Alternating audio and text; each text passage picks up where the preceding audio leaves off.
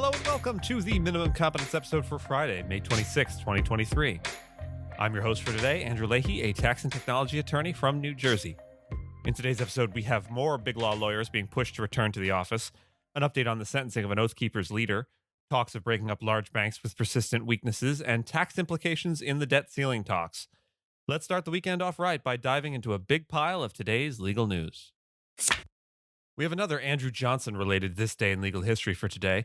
On May 26th, in 1868, the impeachment trial of President Andrew Johnson concluded without conviction.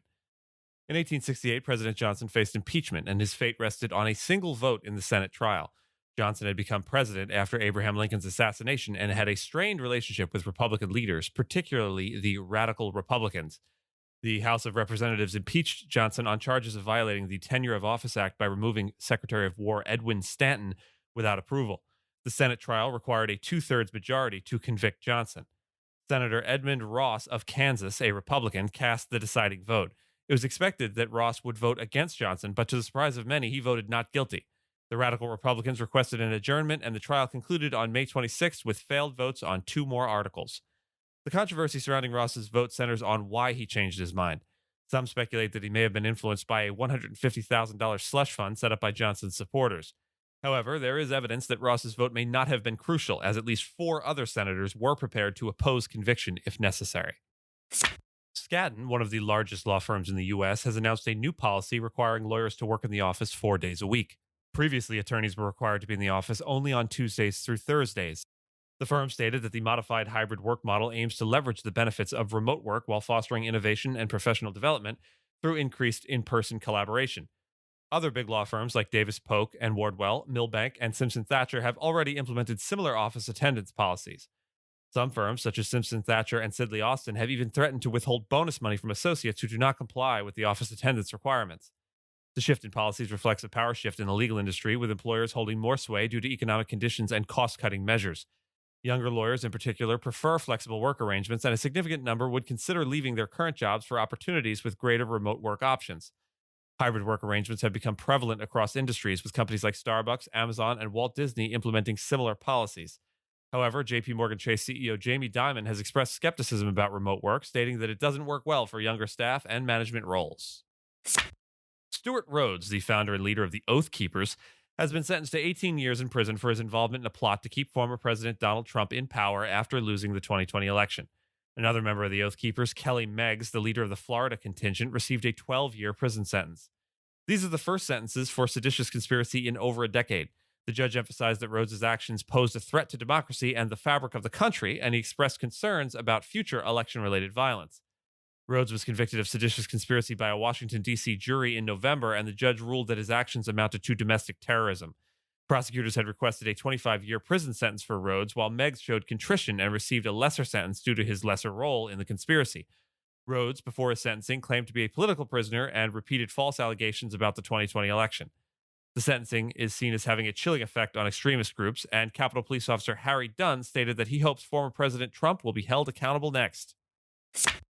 The Office of the Comptroller of the Currency, or OCC for people in the biz, has announced plans to restrict the growth of large banks and potentially force them to sell assets if they fail to address ongoing issues. The decision follows concerns raised by acting Comptroller Michael Hsu that certain banks are becoming too big to manage.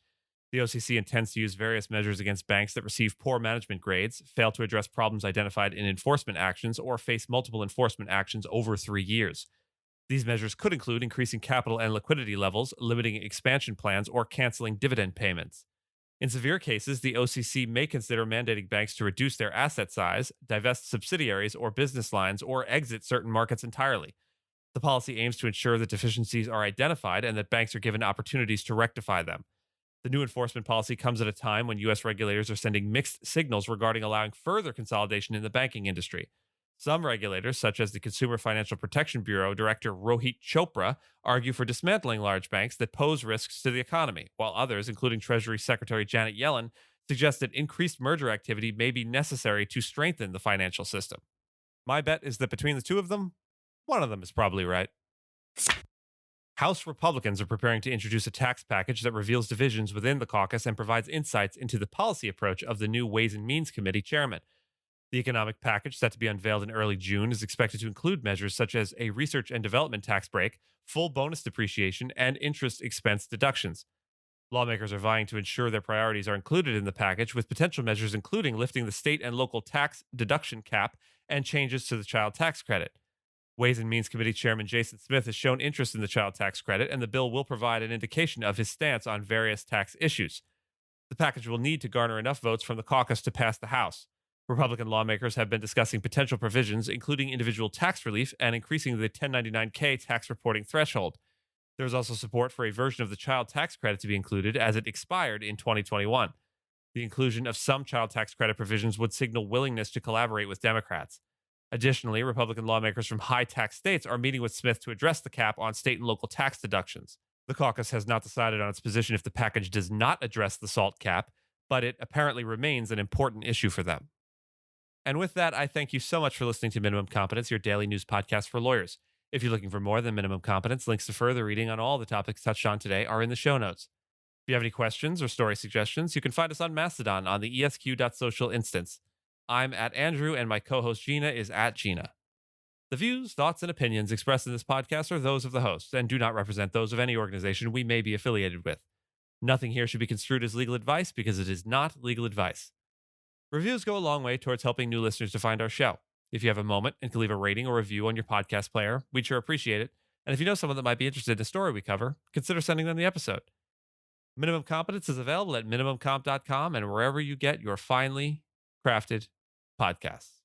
We'll see you back here next week. And until then, have a great 3-day weekend if you're in the US, and I hope the weather cooperates with you, whatever your plans may be and wherever you may be.